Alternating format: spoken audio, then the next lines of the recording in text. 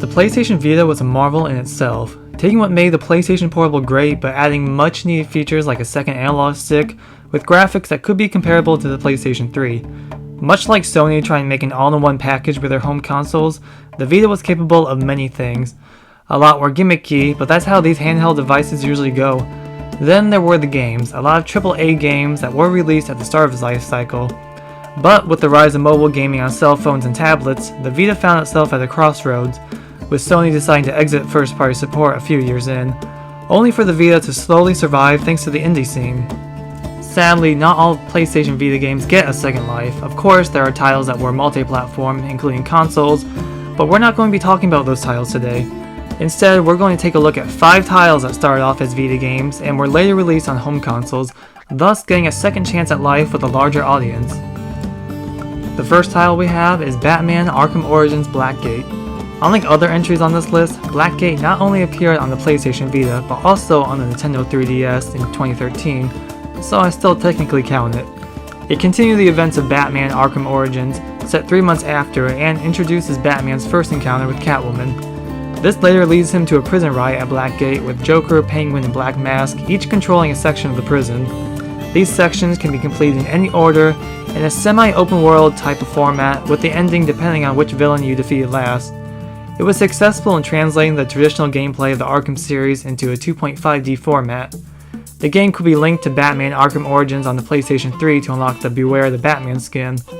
In 2014, the game was re-released as Batman Arkham Origins Blackgate Deluxe Edition on the PlayStation 3, Xbox 360, Wii U, and Windows as a downloadable-only title.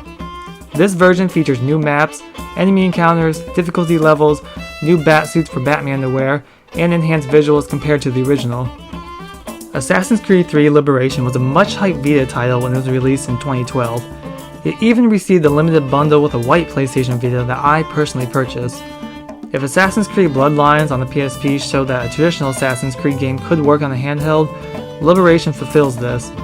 With a similar standard format to the main console versions, Liberation is the first game in the series to feature a female assassin. It takes place alongside the events of Assassin's Creed 3. In it, Aveline attempts to stop the Templars from gaining control over New Orleans in the 18th century. You'll find the typical tropes of this series, an open world, third-person adventure using a variety of combat and stealth abilities, with main missions and optional tasks to complete. The game would be re-released twice, once as Assassin's Creed Liberation HD in 2014 digitally for the PlayStation 3, Xbox 360, and Windows, then again as Assassin's Creed Liberation Remastered in 2019 for the PlayStation 4 and Xbox One.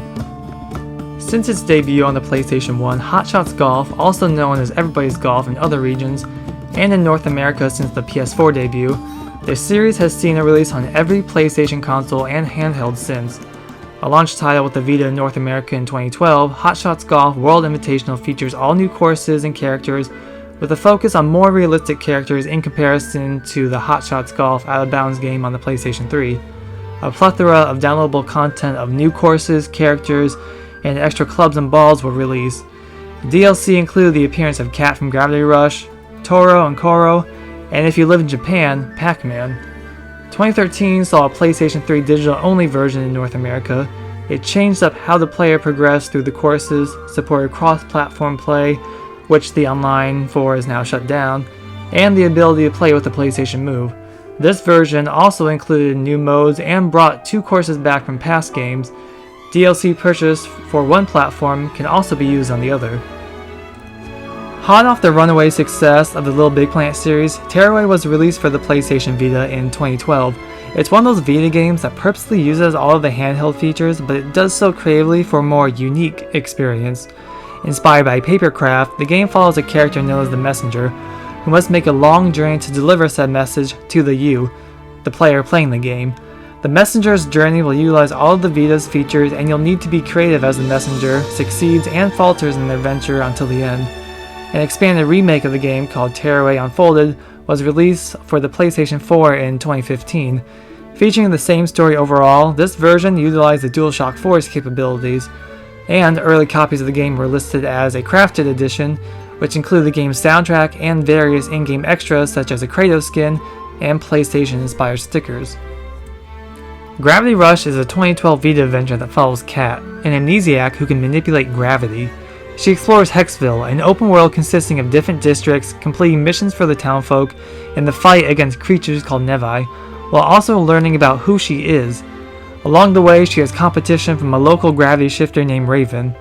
Players can tilt the Vita to help Kat navigate through each environment and can stick to any surface available for a certain amount of time.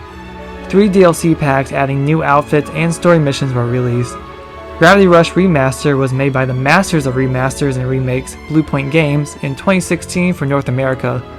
This version includes all previously released DLC, revamped graphics with new textures in comparison to the Vita original, a gallery mode to view over 600 illustrations, and the ability to manipulate gravity with the motion sensor of the DualShock 4. Fun fact, the physical release of this game was only available on Amazon. Copies these days vary from around $50 and up. If you enjoyed the original Gravity Rush, I highly recommend Gravity Rush 2. Everything from the original is fixed and the entire game is so beautiful. Wipeout is one of the rare PlayStation series to have been on the system from the start, and 2012's Wipeout 2048 release as a launch title on the Vita is no different. It's a prequel to the original game, with players going through the years 2048, 2049, and 2050. Originally, the game was designed as a test for the Vita's development as a handheld, which helped add improvements to, like a rear touchpad and 2 analog sticks, which surprisingly weren't part of the Vita's original design. While it didn't get any new DLC, for those who purchased Wipeout HD and the Fury expansion pack, both would be playable on the Vita with additional trophies and cross-platform play, which isn't available anymore seeing as the online servers for the Vita and PS3 games were shut down. 2048 is also notable for being the last game developed by Studio Liverpool before their shutdown in 2012. The game was remastered for 2017's Wipeout Omega Collection on the PlayStation 4. It bundles Wipeout HD, its Fury expansion pack, and Wipeout 2048 in a new remastered package. PlayStation VR support is also included.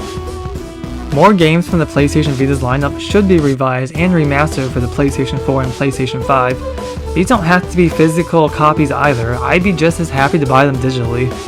Uncharted Golden Abyss almost received a PlayStation 4 version but was omitted due to it not connecting to the main game storyline for the Nathan Drake collection.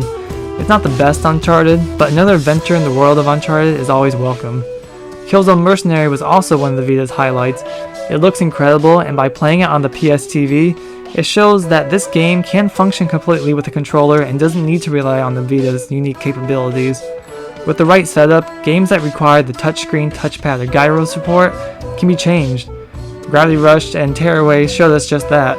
So I want to know, what games would you like to see get a second life on consoles that was previously on the Vita? Let me know in the comments, and for more content, please subscribe. I put out new videos every week. Thank you for watching, and I'll see you in the next video.